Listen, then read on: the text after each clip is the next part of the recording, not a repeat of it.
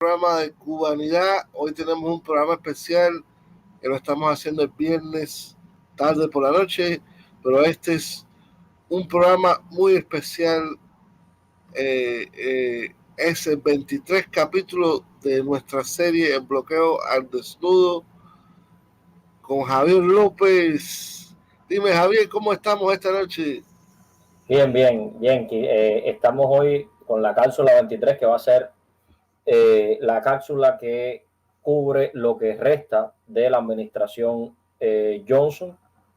Esperamos hoy terminar con Johnson. Quisiera saludar a Alexis González, a Jorge Bautista, a Tristolino, que fueron los primeros en llegar en el chat. Quiero saludar a todo el mundo, a Flavio, pero quiero saludar especialmente a mi amigo Jorge Bautista, que ha estado un poco mal. Yo sé que estuvo en el hospital hace poco, pero también ha estado enredado en su lucha por la justicia en Santo Domingo. Pero coño, me alegro que esté aquí mi amigo Jorge, hace tiempo que no lo veo. Saludos, Jorge. Pues entonces es un poco larga la cápsula. Vamos a empezar. Ojalá que Jorge se mejore. Sí, creo que ya está bien ya. Entonces hoy vamos a ir desde el 22 de noviembre de 1963, que es el día en que asume Johnson, debido a que Kennedy es asesinado. ¿Se me oye bien, no? ¿Se me oye bien? Perfectamente. Hasta el 20 de enero de 1969, que es la fecha en que culmina la administración Johnson, exceptuando, por supuesto, las enmiendas a la ley de asistencia al exterior que fueron tratadas en la cápsula anterior, que son también parte de esta administración. Entonces, Michael, empieza leyendo el componente económico comercial. Ok. A continuación del embargo de las importaciones cubanas. Eso se dio en la cápsula 21. Recuerden que Kennedy había establecido importaciones, o sea, restricción, prohibición de importaciones de productos que contengan componentes cubanos, sean elaborados en terceros países o siquiera pasen a través de Cuba, o sea, tampoco podían llegar a Estados Unidos. Continúa. Ok. 1. Antecedente. El 29 de septiembre de 1960. Exactamente, ¿por qué? Porque la prohibición que vamos a ver hoy, que es una continuidad de aquellas regulaciones de Kennedy, tiene que ver con el níquel. Y precisamente, no sé si recuerda que el 29 de septiembre de 1960, nosotros vimos en la cápsula 7 del bloqueo lo que tuvo que ver con cómo Estados Unidos precisamente abandona la planta de Moa, Nicaro, que hablamos hasta de una película en aquella ocasión, cubana, que refleja lo que sucedió. Sí. Se llama Polvo Rojo la película. Exactamente. 24 de marzo de 1962. Eso lo abordamos en la cápsula 14 del bloqueo. Tuvo que ver también con prohibiciones en relación a la importación del níquel. 27, eso fue bajo Kennedy. 27, registro federal 2765. Continúa. Ahora Michael va a hablar sobre el texto precisamente de esta continuidad, de esta prohibición que hace Nixon en relación a que Estados Unidos importe níquel cubano. Continúa. De por sí, el 100% del níquel y el cobalto que nosotros producimos es para la exportación. Hay 3 mercados principales: Estados Unidos, Europa y Japón. Estados Unidos nos está vedado. Entonces, ¿qué empezaron a hacer? Empezaron a prohibir y a interferir para que las manufacturas europeas o japonesas destinadas a Estados Unidos no pudieran entrar. Durante los 60, la Oficina para el Control de Activos Extranjeros del Departamento del Tesoro, la OFAC, que tanto hemos oído nombrar, hizo frecuente una práctica, o sea, la práctica de dirigirse a gobiernos extranjeros. Eran principalmente los gobiernos de Europa donde se encontraban los principales clientes del níquel cubano, anunciándoles que el gobierno de Estados Unidos tenía razón o tenía razones para creer que en las producciones de algunas empresas de esos países que exportaban a Estados Unidos existía algún contenido de níquel de origen cubano y que por lo tanto esos productos podrían ser retenidos en las aduanas estadounidenses o simplemente en alguna de esas cartas fijaban una fecha a partir de la cual la aduana de Estados Unidos detendría el ingreso de esas importaciones. Esta práctica estuvo apoyada por muchas otras acciones, incluso por la presencia de diplomáticos de Estados Unidos participando directamente, ejerciendo presión. Se crea un conjunto de medidas dirigidas a tratar de dañar la comercialización del níquel desde Cuba hacia países como Italia, la URSS, etc. Empezaron a prohibir e interferir para que las manufacturas europeas o japonesas destinadas a Estados Unidos no pudieran entrar al principio directamente con las firmas comerciales y después con los gobiernos de esos países. Correcto. Entonces, si recuerdan, esto desmonta uno de los mitos del bloqueo, de que el embargo a Cuba no afecta la relación de dicho país con terceros. O sea, aquí vemos una vez más el carácter extraterritorial del bloqueo, que yo creo que está presente en cada cápsula. Desde o sea, estuvo en la cápsula 7, en lo adelante, también estuvo en la cápsula 5 o 6, no, perdón, 6, 7 y en la 4, que fue la primera vez que se empezó con ese elemento extraterritorial. En este caso, ese elemento extraterritorial tiene que ver con las importaciones. O sea, Estados Unidos no importa níquel, ni aunque venga de Italia, o sea, níquel de origen cubano, ni aunque venga esa, o sea, de Italia. Entonces, esta prohibición viola el derecho internacional contemporáneo, contradice los principios consagrados en la Carta de las Naciones Unidas, principio de igualdad soberana y otros, al advertir a terceros países de que no podrán exportar níquel a Estados Unidos, constituye en primer lugar una violación a la soberanía nacional de esos estados. Es extraterritorial e ilegal igualmente la prohibición de que se importen en Estados Unidos productos de terceros países que contengan níquel cubano. Eso está vigente hasta el día de hoy. Es extraterritorial porque interfiere con el comercio de terceros países y por tanto con su respectiva soberanía. Por otro lado, viola el espíritu mismo del capitalismo, los principios de la libertad de comercio e inversión, contraviene el sistema multilateral de comercio del cual Estados Unidos dice ser defensor en un mundo que proclama su carácter global e interdependiente, se contrapone al objetivo del Acuerdo General sobre Aranceles Aduaneros y el Comercio, antecedente de la OMC para esta época y que tanto Cuba como los Estados Unidos de América han integrado desde su constitución el 30 de octubre de 1947, de reducción de los obstáculos al comercio y de eliminación del trato discriminatorio en las relaciones comerciales internacionales, pues pretende obstaculizar las relaciones comerciales de Cuba con otros miembros de la GATT, que es el Acuerdo General sobre Aranceles Aduaneros y el Comercio.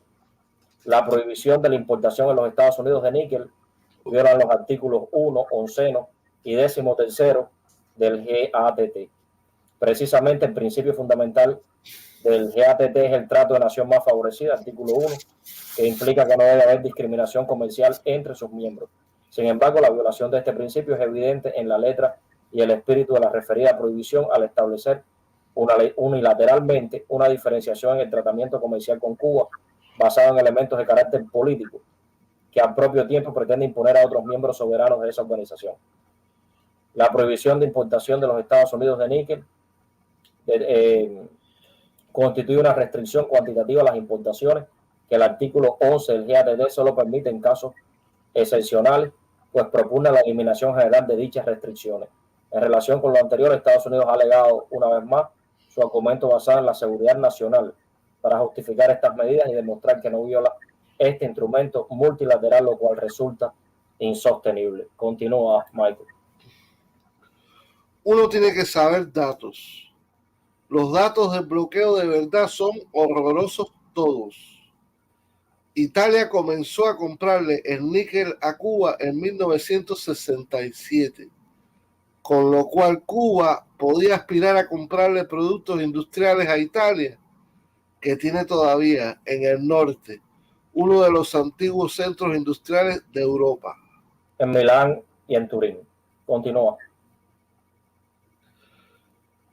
El 6 de junio de 1968, la Oficina para el Control de Activos Extranjeros del Departamento del Tesoro, la OFAC, emitió una nota en la que expresaba que tenía razones para creer que materiales con contenido de níquel y artículos producidos en Italia pudieran estar hechos en todo o en parte con níquel de origen cubano. Se comunicó que las importaciones de materiales y artículos con contenido de níquel, directa o indirectamente de Italia, serían detenidos por las aduanas hasta tanto fuera liberado de custodia aduanera u otra disposición fuese autorizada por la Oficina para el Control de Activos Extranjeros, bajo las disposiciones de las regulaciones para el control de activos cubanos. Esto está en el Registro Federal, volumen 33, número 111, y hay que recordar que esto comenzó el 6 de junio de 1968, acuérdense, todavía estamos en la administración Johnson. Continúa. Entonces los Estados Unidos le comunicaron a Italia que cesaban de comprarle productos industriales. Los tipos dijeron: ha sido un placer, pero no podemos comprar níquel de Cuba. Correctamente, ahí se acabó.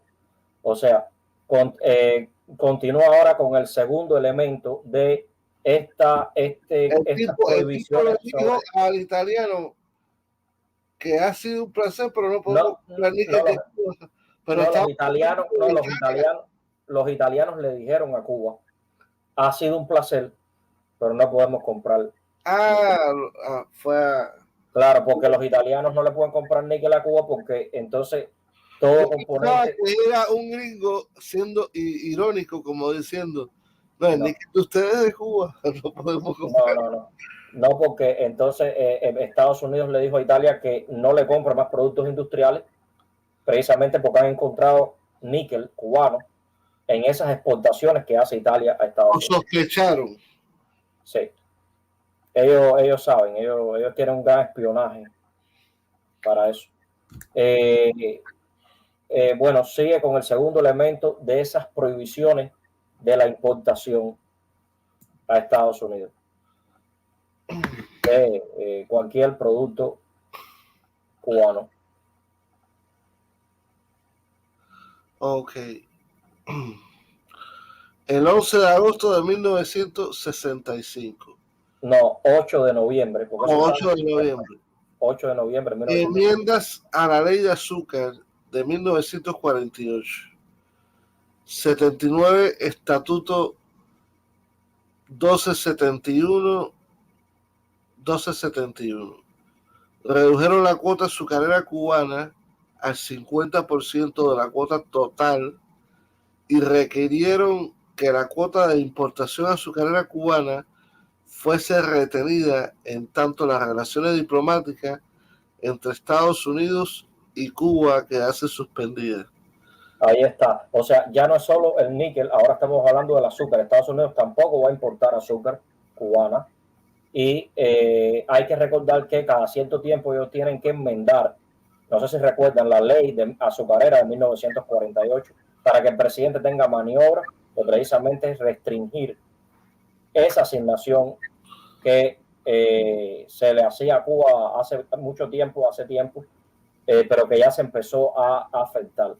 Y nada, pues esa es otra más de las enmiendas que se le hace, como ya vimos, eso se hizo bajo Eisenhower, se hizo también bajo Kennedy, que eso es lo que se llamó la ley puñal. Y ahora Michael ya terminó con el control de las importaciones. Ahora va a hablar de la continuación de las regulaciones sobre exportaciones del Departamento de Comercio. Ahora Michael va a tratar sobre las exportaciones, el control sobre esas exportaciones. Continúa, Michael. 14 de mayo de 1964. El Departamento del Tesoro ampliaría el alcance del bloqueo a prohibir totalmente las ventas de alimentos, medicinas y equipos médicos a Cuba. Eso constituye un acto de genocidio. O sea, eso constituye un acto de genocidio. Continúa. Por otra parte, el Departamento de Comercio enmendó las regulaciones a la exportación, revocando la emisión de licencias generales para embarques de alimentos y fármacos a Cuba, quedando sujetos a la emisión de licencias específicas válidas. Estas licencias específicas válidas eran muchas veces denegadas. Sí. Ok. En la práctica, esto se embarca. Espera. Esto es una regulación que cuando fue publicada en la administración Johnson se conoce como 29 Registro Federal 6381. Sí. En la práctica, estos embarques habían dejado de efectuarse con anterioridad a este decreto. Continúa. Solo mencionar que en esta época, por ejemplo, iniciativas legislativas norteamericanas intentaron prohibir los embarques de alimentos a cualquier país que estuvieran involucrados en venta de artículos estratégicos o no estratégicos a nuestro país. O sea, la inmoralidad de usar los alimentos y medicinas como arma política, lo que expresa el carácter genocida del bloqueo. Ajá.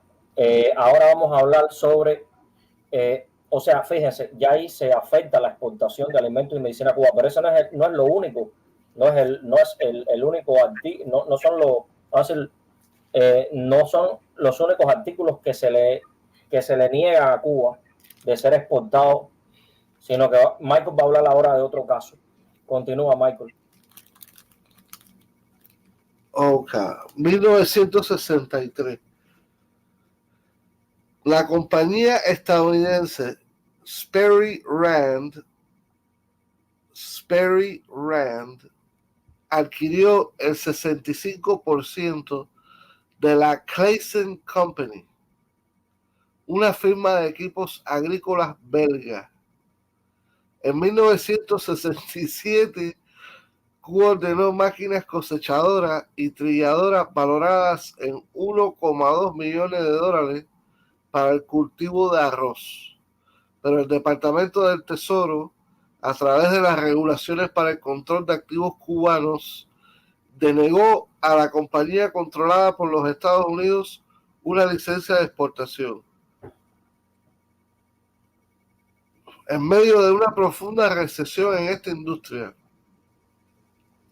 en 1968, la compañía matriz justificó no haber respaldado el acuerdo, aduciendo que esta es la política corporativa para conducir todos nuestros asuntos internacionales en plena conformidad con la política del gobierno de los Estados Unidos. Sí, ahora voy a explicar. Esto está en la cronología de Donald Rich en el sitio Cuba versus bloqueo del MinRex, que a su vez lo tomó de Morris Morley. En este caso, son varios, o sea, está hablando de equipos agrícolas a Cuba. Por eso decía que ahora, pero el concepto que se usa en este caso, la prohibición, o sea, se hace por concepto de lo que se llama persona sujeta bajo la jurisdicción de los Estados Unidos. O sea, esa persona puede ser natural o puede ser jurídica. En este caso es jurídica porque es una compañía. Entonces, esta compañía, cuando Estados Unidos compra el 65% de las acciones de esa compañía belga, esa compañía se va a convertir en una especie de subsidiaria de esa casa matriz estadounidense que está aquí. Por tanto, se le aplica aquella prohibición de la subsidiaria.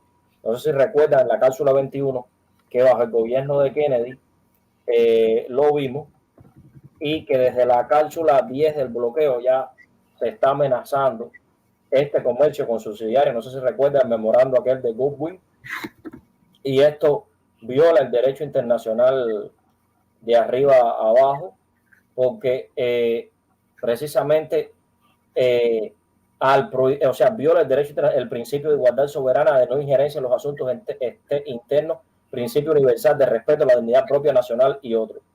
Al prohibir totalmente a las compañías de terceros países subsidiarias de casas matrices norteamericanas de establecer algún tipo de operación económico comercial con Cuba, constituye en primer lugar una violación a la soberanía nacional de otros estados, porque estas firmas subsidiarias, aunque tengan un vínculo con sus casas matrices, son firmas nacionales de esos países y están sujetas a las leyes de esos países. Además, supone una injerencia en la capacidad de estados soberanos de decidir cuál debe ser su política exterior, que como todos sabemos se nutre en gran medida de la presencia de inversiones de esos países respectivamente. Por tanto, aplican los mismos contraargumentos relativos al derecho internacional tratados en la cláusula 1. Viola el espíritu mismo del capitalismo, igualmente el derecho internacional contemporáneo. Principio de libertad de comercio e inversión. Viola eso porque contraviene el sistema multilateral del comercio, del cual Estados Unidos dice ser defensor. En relación con esta medida, el texto de la ley viola el principio de la libertad de inversión, y aquel que plantea la subordinación de compañías subsidiarias a las leyes del país residente es contrario además al espíritu primero del Acuerdo General sobre Aranceles Aduaneros y el Comercio, antecedente de la OMC. Este principio aparece también regulado en el ordenamiento jurídico de los Estados Unidos. La prohibición de las relaciones comerciales entre Cuba y las empresas que tengan su casa matriz o una subsidiaria en los Estados Unidos violan el GATT, artículos 1, 11 y 13.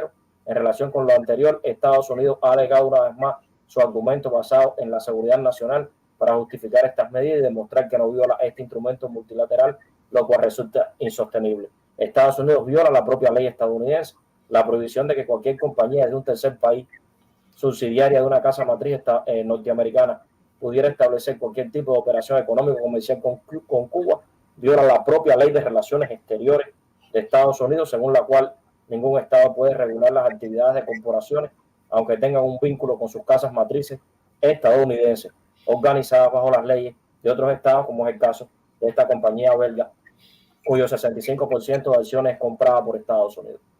Continúa, Mike. Ok. 1969. El Departamento de Comercio enmendó sus disposiciones sobre exportaciones, declarando expresamente que su política era de negar todas las solicitudes para exportar mercancías y datos técnicos a Cuba, excepto transacciones humanitarias. Que realmente es una mentira, porque ya vimos que esto se estaba haciendo ya con los alimentos, incluso mucho antes de que Johnson decretara esta regulación que ya habíamos estudiado. Esto se encuentra en el libro de Michael Krinsky y David Bluff, página 116. En relación a las exportaciones, yo creo que queda claro que ni equipos agrícolas, ni, o sea, el caso de esta compañía belga, ni nada. Continúa, Michael. 5 de mayo de 1964. Un funcionario de prensa del Departamento de Estado anunció la nueva protesta estadounidense a una nación europea por comerciar con Cuba. Esta vez, la protesta fue dirigida a Francia por la venta de 20 locomotoras al gobierno de Cuba. Una vez vemos más cómo afecta las exportaciones, o sea, y eso fue tratado en la cláusula 21 también, o sea, el tema de las exportaciones. Continúa. Verano de 1966. Estados Unidos impidió por ejemplo, la venta de equipos pesados a Cuba de diferentes países, especialmente una transacción con Francia que era muy importante para la economía cubana por alrededor de 35 millones a crédito a largo plazo con garantía gubernamental. Esto se encuentra en la cronología de Donald Rich en sitio Cuba versus bloqueo del Minrex, que a su vez lo tomó de Morris Morley, Cuba versus bloqueo. Continúa.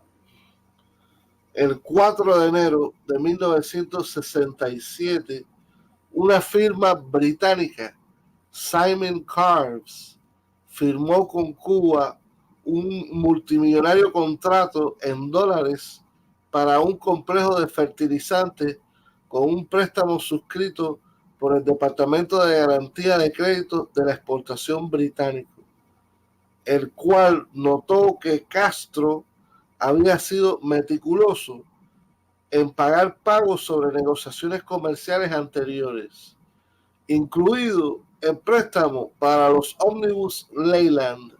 Para los que dicen que Cuba no pagaba.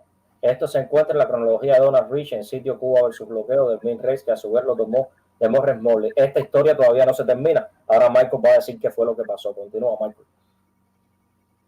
El 6 de febrero de 1967, un funcionario de la Casa Blanca, Walt W. Rostow, se reunió con el primer ministro británico Harold Wilson para aclarar que les interesa la oposición pública y congresional a tales negociaciones. Créditos garantizados por el gobierno, etc. Y estas harían más difícil el apoyo de Washington a la política británica en Rhodesia. Los británicos fueron adelante con sus planes. O sea, lo están chantajeando, le están diciendo que si tú no haces lo que nosotros decimos, le está diciendo a los británicos, pues nosotros te vamos a hacer más difícil, o sea, no te vamos a apoyar en tu relación en Rhodesia, o sea, británica y en Rhodesia. Que Rhodesia era una cosa terrible lo que estaba pasando ahí, claro, por supuesto, los británicos acababan y Washington le dijo, no, vamos a apoyarte. Esto se encuentra en la cronología de Donald Rich en sitio Cuba versus bloqueo de Minrex, que a su vez lo tomó de Morris Morley, Cuba versus bloqueo. Yo quería decir con respecto a este punto, primero que esto, como ya yo había dicho, en relación a las exportaciones, se había tratado en la cápsula 21 del bloqueo y viola, o sea, unos cuantos instrumentos del derecho internacional igualmente.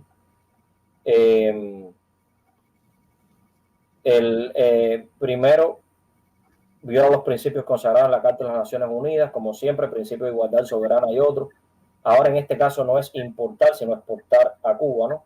Al advertir a terceros países de que no podrán exportar a Cuba productos, o sea, constituye en primer lugar una violación a la soberanía nacional de esos estados. En este caso lo está haciendo con Francia, lo está haciendo con Gran Bretaña. Es extraterritorial y legal igualmente la prohibición de que se exporten a Cuba estos productos.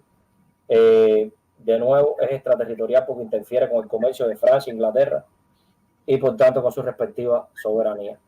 Viola el espíritu mismo del capitalismo, los principios de la libertad de comercio e inversión, contraviene el sistema multilateral de comercio, del cual Estados Unidos dice ser defensor. No voy a leer todo lo demás. Ahora voy a decir que la prohibición de estas exportaciones viola los artículos 1, 11 y 13 del GATT. Precisamente el principio fundamental del GATT es el trato de nación más favorecida, que lo viola también. Quería decir, además de esto, que en este caso hay una inquietud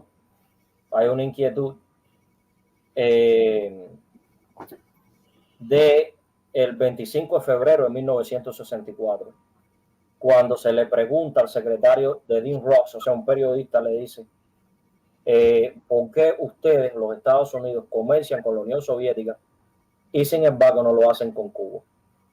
Y Dean Ross le responde, porque nosotros creemos que el gobierno de la Unión Soviética es un gobierno permanente, o sea que va a estar ahí por mucho tiempo, y el de Cuba es un gobierno temporal, o sea que se va a ir de un momento a otro, se va a destruir, va a ser destruido de un momento a otro.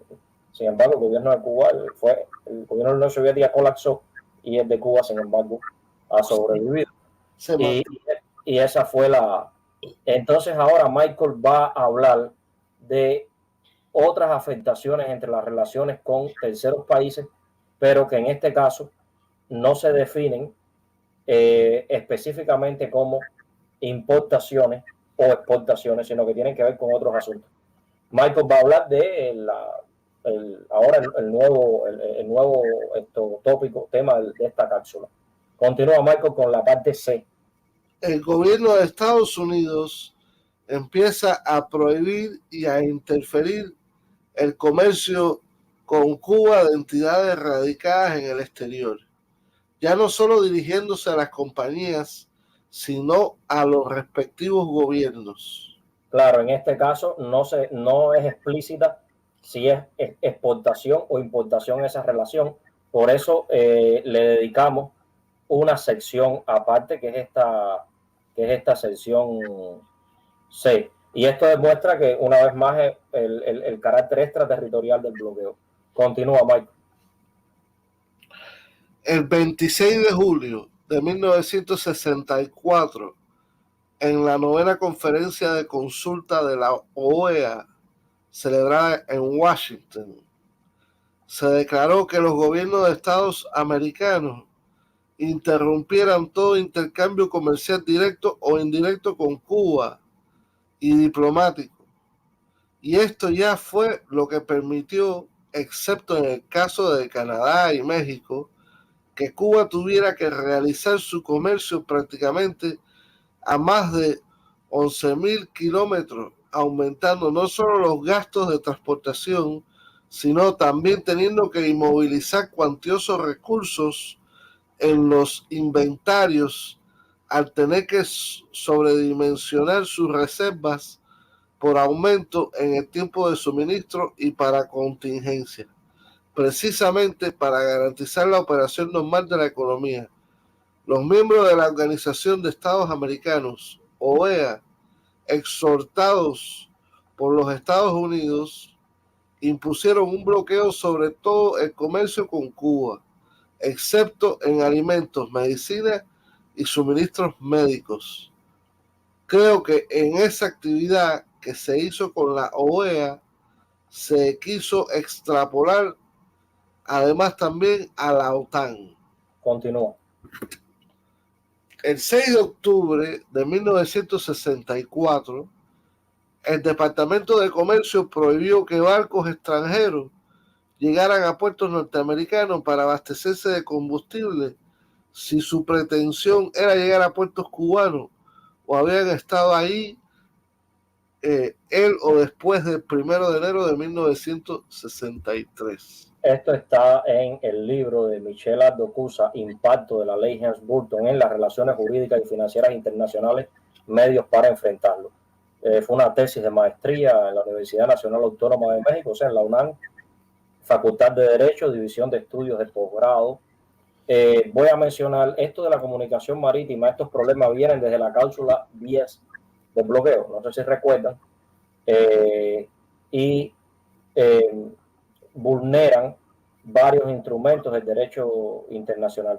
Vulneran los principios de igualdad soberana, no intervencionismo y no injerencia en los asuntos internos, el espíritu mismo del capitalismo, la libertad de comercio y sus reglas universalmente reconocidas y los principios de la libertad de navegación internacionales.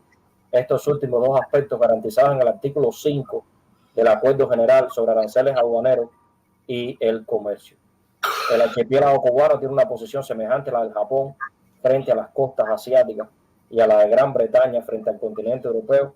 El bloqueo le ha impedido no solo a Cuba y a Estados Unidos, sino al mundo el tránsito por una de las vías privilegiadas del planeta, llave del Golfo. Con esta prohibición, a terceros se reafirma el carácter extraterritorial del bloqueo. Continúa, Michael. En 1965 se modificó el sistema del grupo de países del Departamento de Comercio en países de grupos T, B, W, X y Z. Cuba fue ubicada en el grupo Z, categoría más restrictiva. Esto se encuentra en el libro de Michael Krinsky y David Glove, también el de Michelle Abdo-Cusa, que era la tesis de maestría. En el primero es en la página 114, en el segundo es en la página 62. Continúa, Michael. De 1964 hasta 1966, el comercio de La Habana con Occidente cayó de 36,9% a 19,6%, lo que reflejaba los esfuerzos de Washington por limitar el comercio de Cuba con Occidente al trueque de productos o ventas en efectivos. En otras palabras, se obstaculizó la transportación marítima de mercancías desde y hacia Cuba, presionando a varios países europeos. Entonces ahora vamos a otra sección de esta cápsula que tiene que ver con privar a Cuba de su capital humano, que es la sección D. Continúa, Michael. El 11 de febrero de 1964, el gobierno de los Estados Unidos dijo que todos los nacionales cubanos que trabajasen en la base naval de Guantánamo, aproximadamente 2.500, serían despedidos a menos que acordaban convertirse en residentes permanentes de la base o gastaran todos sus ingresos en dólares de Estados Unidos allí. Igual, si sus trabajos terminasen o si sus ingresos fuesen gastados en la base, el resultado sería una pérdida de 5 millones de dólares USD en divisas para Cuba. Dólares, se dice US dólares porque están los dólares canadienses y aquí estamos hablando de dólares estadounidenses, o sea, el dólar estadounidense. Por eso se usa US dólares, para diferenciarlo del dólar canadiense. Esto se encuentra en Cuba y Guantánamo, escrito por TAC-SUR. Fue publicado en New York, por el New York Times en febrero 13 de 1964. Hablando de Rhodesia, que ahorita hablamos de la República de Rhodesia, la moneda de Rhodesia también se llama dólar. Ya. Por eso es bueno siempre hacer esas distinciones.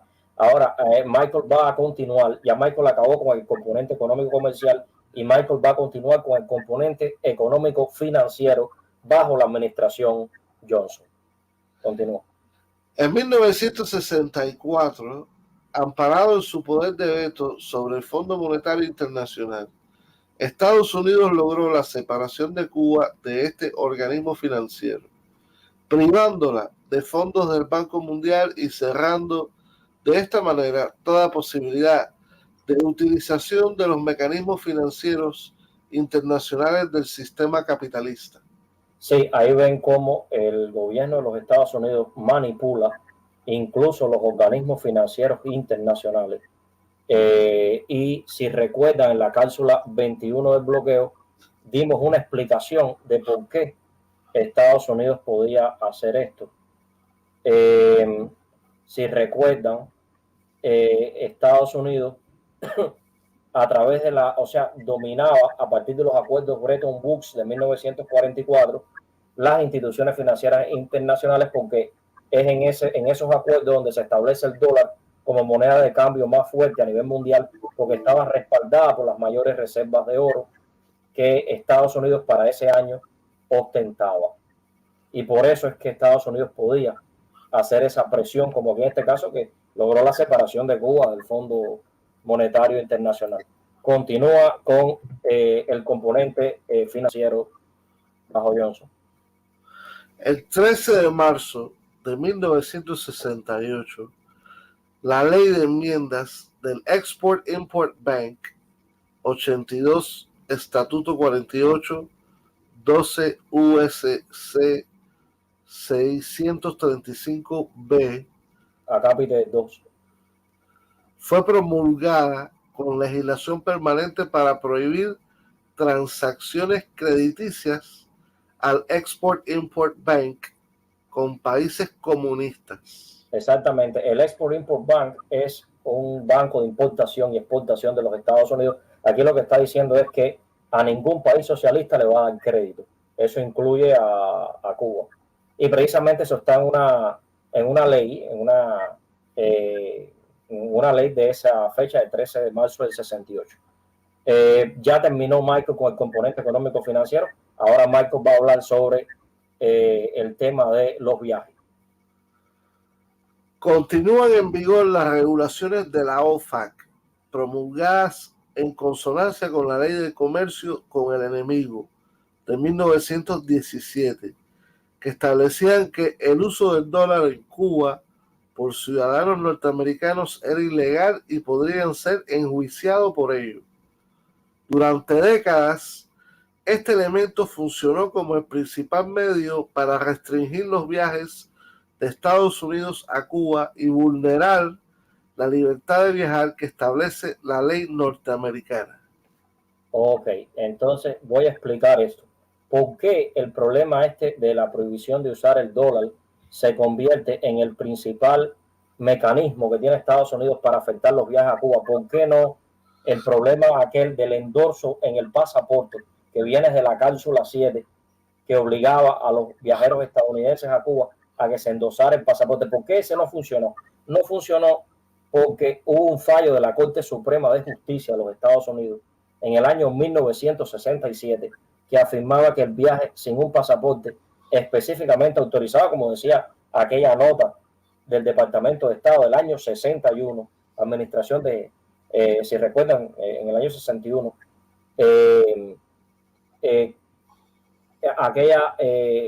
aquella nota dice que no constituye un delito. O sea, el hecho de no hacerlo no constituye un delito de acuerdo con la legislación aplicable. El caso famoso ese se conoce como Estados Unidos contra Laos 385 US 475, 1967. Por tanto, lo que hicieron fue inteligentemente usar el dólar, el problema de cuántos dólares podía gastar todas estas prohibiciones para entonces afectar los viajes de los estadounidenses a Cuba.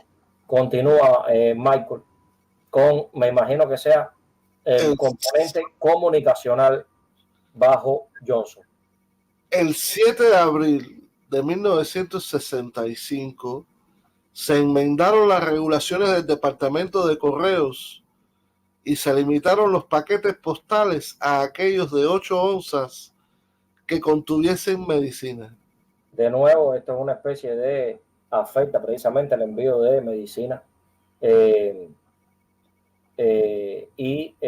Bueno, ya tiene que ver también con exportación, si se viene a ver, claro, en un marco más de correo, ¿no? Ahora, continúa Michael con los varios componentes de bloqueo que están todos juntos. Continúa. Ok, 1. 16 de octubre de 1964. Ley de reclamaciones del programa Cuba de la Comisión de Reclamaciones de Estados Unidos. Ahora, ¿cuáles son los antecedentes de esa ley? Ok. La ley de 1949 para establecer mecanismos para justificar o certificar las reclamaciones de pérdidas sufridas por ciudadanos norteamericanos en otros países. Ahora, ese va a ser el antecedente, una ley del año 49, pero ahora va a haber un entramado jurídico precisamente de esa ley del 16 de octubre de 1964 que Michael va a leer. Continúa, Michael. Sí, octubre de 1964, el Congreso aprobó el programa de liquidación de las reclamaciones cubanas. Según dicha ley de 1949, recepcionando en el periodo establecido para ello entre noviembre de 1965 y el 1 de mayo de 1967, 8.816 reclamaciones de personas naturales o jurídicas por un valor de, por un valor total de 3.226.000 No, perdón, 3.226.631.898 dólares. Eso eran los propietarios, o sea, de compañías en Cuba que fueron nacionalizadas. Eso era lo que, según esto, pasó. Ahora, esto fue aprobado por el Congreso. Sigue ahora con el texto de esta ley de reclamaciones. ¿Qué es lo que dice el texto? Liquidó las propiedades estadounidenses. Exacto. Perdón un momentico. Eso es muy importante y voy a explicar por qué. Siempre se habla de que hay propiedades estadounidenses en Cuba, que hay dueños legítimos antes del 59, y lo que está haciendo esta ley es, lo que está diciendo es que en Cuba no hay ninguna propiedad estadounidense porque estas fueron liquidadas, fueron convertidas en certificados de valor por esta ley. O sea, sí, ese monto que está ahí de dinero es lo que Cuba le debe pagar al gobierno de los Estados Unidos para que a su vez se lo dé a estas compañías. Entonces, pero claro, por supuesto que Estados Unidos va a seguir hablando de... Para que la gente entienda en claro, liquidó las propiedades estadounidenses en Cuba y las convirtió en certificados de valor. O sea, exacto. Okay. A continuación de política encubierto y programa integrado de acción contra Cuba, se puede ver la cápsula 18. El interés en afectar un producto tan sensible como los lubricantes se evidenció desde los primeros momentos del trabajo en este expediente. Al conocerse la solicitud enviada a la gente de la CIA que laboraba en refinería Nico López, que tomara muestras de los lubricantes soviéticos recibidos en el país, tipo Mark 20 y Mark 22, así como las diferentes formulaciones y aditivos puestos en vigor con los mismos. En la página 35 de la confesión de la gente acerca de sus actividades, podemos leer todas las citas corresponden al expediente que obra en archivo. Y se cita: en el segundo mensaje de enero de 1964 fue donde envié los datos de producción de lubricante y pedía, si mal o no recuerdo, me dijeran qué hacer con las muestras si la lograba sacarla de la refinería. No obstante, la mayor peligrosidad de las acciones se aprecia en un fragmento de un mensaje de fines de marzo de 1964. Dice: continuamos interesados en efectuar sabotajes extensos que paralice la refinería y destruya tanques de almacenamiento. Los mensajes radiales recibidos a partir de entonces son muestras elocuentes del más execrable terrorismo de Estado. No poca sorpresa causó el cuarto mensaje radial recibido el 6 de julio de 1964, que decía: 4X, mándenos descripción completa de automóvil a su disposición, incluyendo marca, color, año y número o tamaño de las gomas. La búsqueda de información para reforzar el bloqueo se aprecia en el quinto mensaje radial recibido a inicios de agosto de 1964. 5X.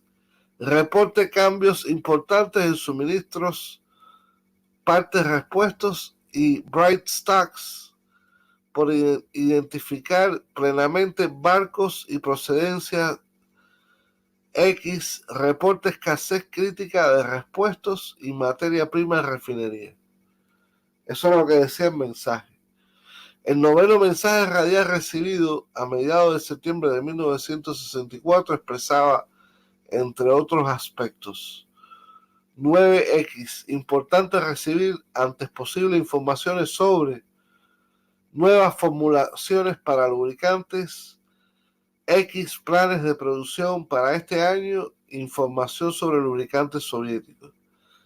La minuciosidad con que la CIA monitoreaba la situación interna de aquel objetivo a los efectos a dañarlo se aprecia en la exigencia presente en el 10º mensaje radial recibido a fines de septiembre de 1964, que decía: 10X, nos alegramos de recibir informe valioso, esperamos que continúe reportando, pues necesitamos información. Continúa sobre este estado de refinería y producción. X, mande 2 mensajes semanales. X, repito, X, 2 mensajes semanales con información. Usted y sus agentes pueden reportar. Es lo que decía ese mensaje.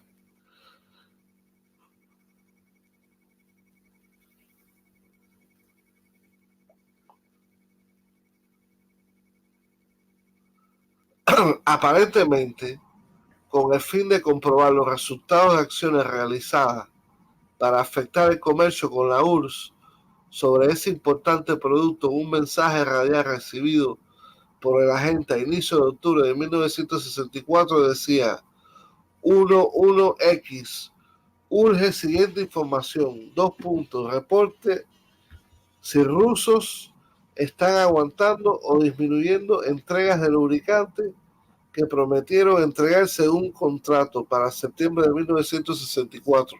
X. De ser así, identifique lubricante y cómo están aguantando entregas. X.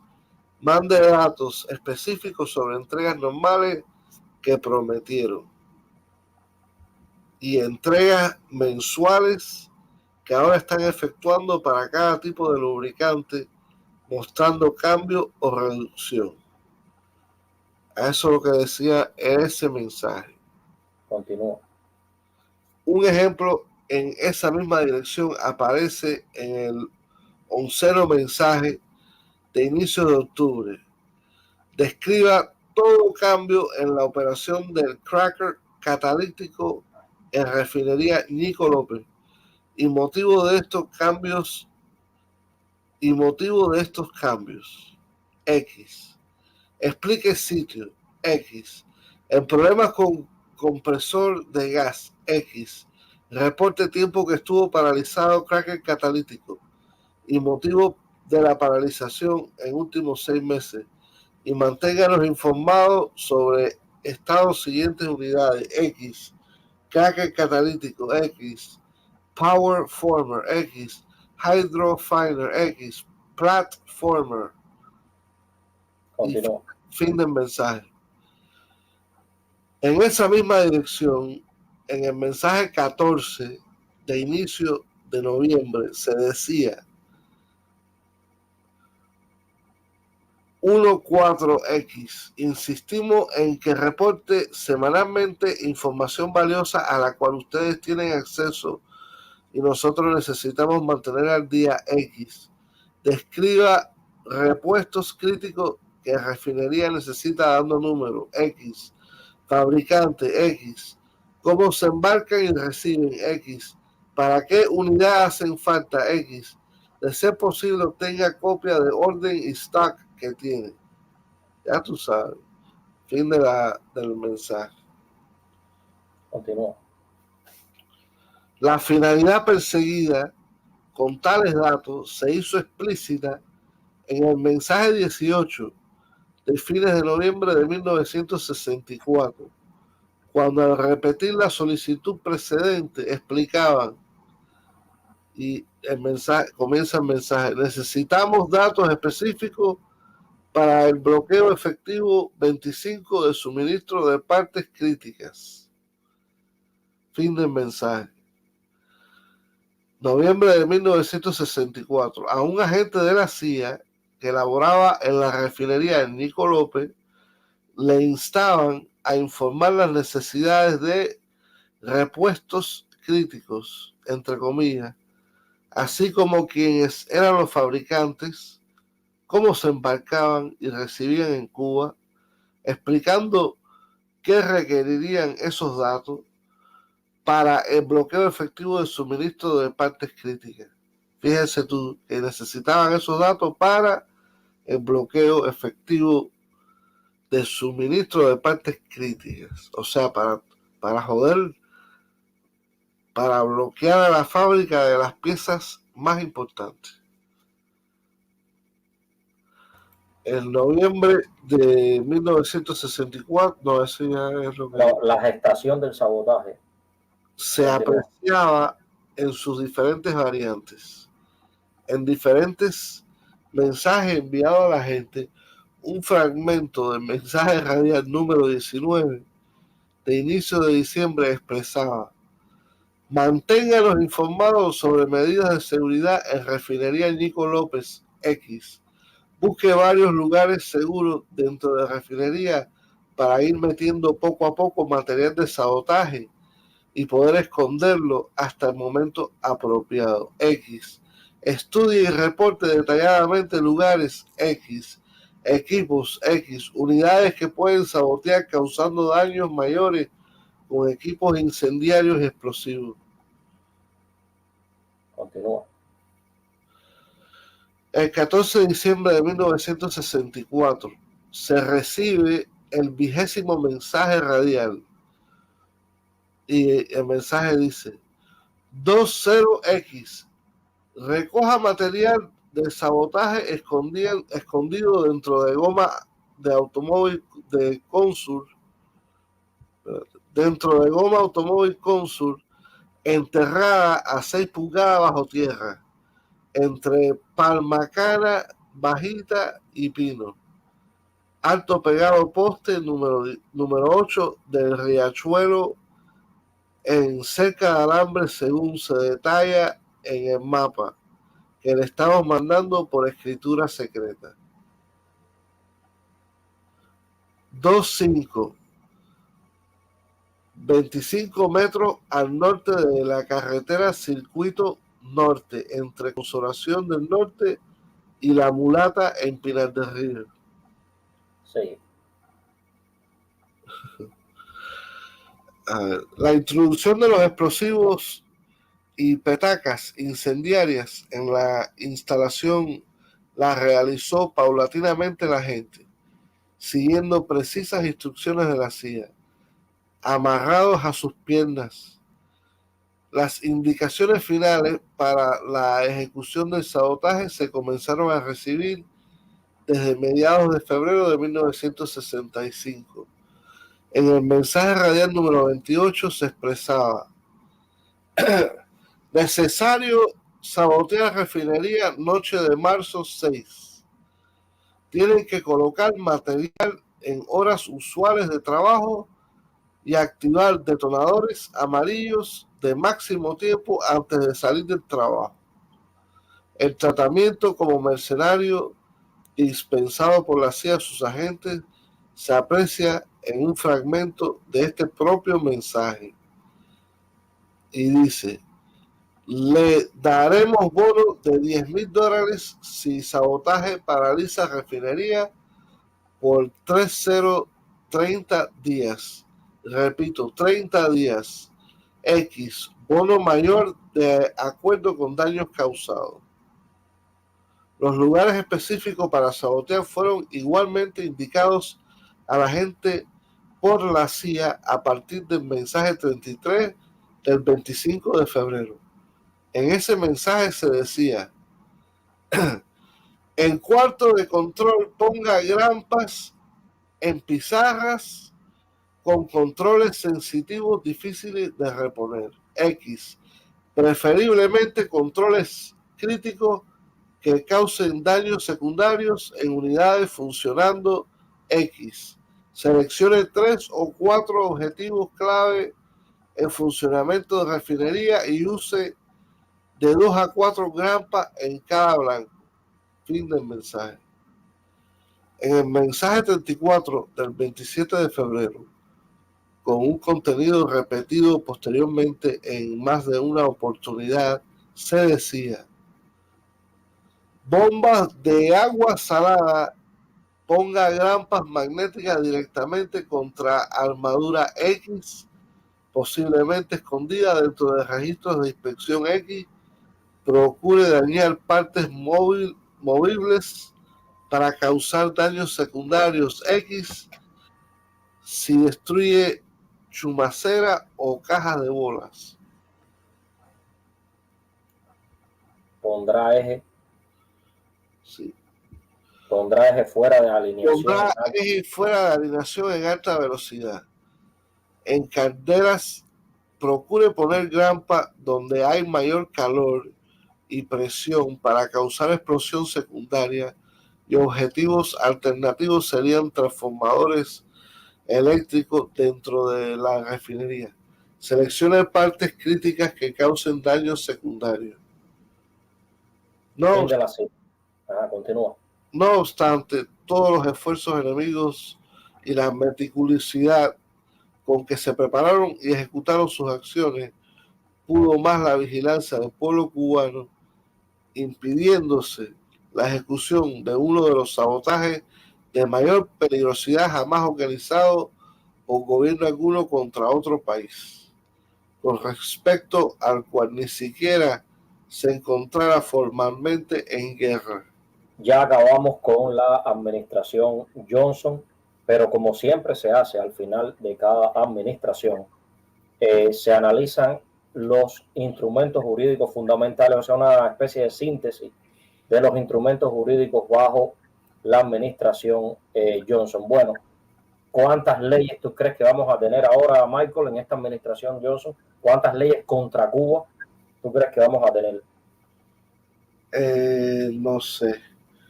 Vamos a tener 4 leyes contra Cuba.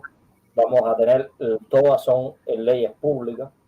Vamos a tener la ley pública 88-205, que es la ley de asistencia al exterior de 1961, enmendada. Que yo quisiera decir que yo me equivoqué en la cápsula 22. Dije que le puse una fecha de límite a esa ley. Realmente, cuando la otra ley la reemplaza, no quiere decir que esa ley terminó. Sencillamente se superpone sobre aquella. Por tanto, ninguna ley de estas, la única ley de todas las que hemos analizado en todas las cápsulas que sí no está en vigor es la del bloqueo naval, porque hay una proclama presidencial que lo que hizo fue precisamente suspender su aplicación. Entonces, primero se aplicó y después se suspendió con otra proclama presidencial. Una proclama presidencial para ponerla en marcha, otra proclama presidencial para suspenderla. Todas las demás están ahí. Después viene la ley pública 88-633, que es también una ley de asistencia al exterior, que es donde está la enmienda Hickenlooper. Es la ley de asistencia exterior de 61 enmendada, o sea, con el epígrafe E2, que es la llamada, a la sección 620 de la ley, ¿no? Esa sección 620 se arrastra desde la ley del 61 de asistencia al exterior y contiene la enmienda Hickenlooper, o sea, ese epígrafe E2 es el que contiene la enmienda Hickenlooper. También la ley de azúcar del 48 enmendada, que es la 79 Estatuto 1271, y la ley de enmiendas del Banco de Exportación e Importación 82 Estatuto 48 12 USC, pues tiene 2 nomenclaturas jurídicas, arriéndose. Una que es 82 Estatuto 48 y otra que es 12 USC. Quiere decir que tenemos en total USC 635B a capítulo. Tenemos en total solamente en la administración Johnson 4 leyes contra Cuba, pero tenemos además numerado un reglamento que es el 29 FR 6381, que tiene que ver con, es una enmienda, es un reglamento que a su vez es una enmienda a otro reglamento a la exportación del Departamento de Comercio, donde revoca la emisión de licencias generales para embarques de alimentos y medicinas a Cuba. Quiere decir que tienen que ser bajo licencia específica. Recuerden la diferencia, licencia general, licencia específica. Cuando ustedes le digan que el bloqueo no afecta la relación con terceros países, ustedes responden que las leyes de asistencia al exterior son precisamente una manera de decirle a otros países. La del 61 no es el caso, porque la del 61 es bilateral, pero todas estas que hemos mencionado le dicen a otros países: si ustedes hacen relaciones comerciales o financieras con Cuba, no tienen créditos del Banco de Importación y Exportación de nosotros, no tienen créditos de las instituciones financieras internacionales, eso es lo que quiere decir asistencia, no tienen con donaciones de deuda o no pueden gestionar su deuda, no tienen, vamos a decir, son inaplicables bajo la ley de agricultura del 54, de ayudarlos por ahí. Cualquier programa de ayuda que tenga Estados Unidos se le niega, ¿no? O sea, quiere decir que esta asistencia está condicionada a que esos países hagan estas cosas contra Cuba, ¿no? O sea, se sumen al bloqueo contra Cuba. Ya hemos terminado toda esta explicación de Johnson. La próxima cápsula va a ser bajo la administración Nixon. Vamos a estudiar el bloqueo bajo Nixon. Puedes compartir el enlace si quieres para que la gente suba. Ya es muy tarde, yo me retiro, me voy. Pero bueno, pongo el enlace y espero a ver si alguien sube para ir.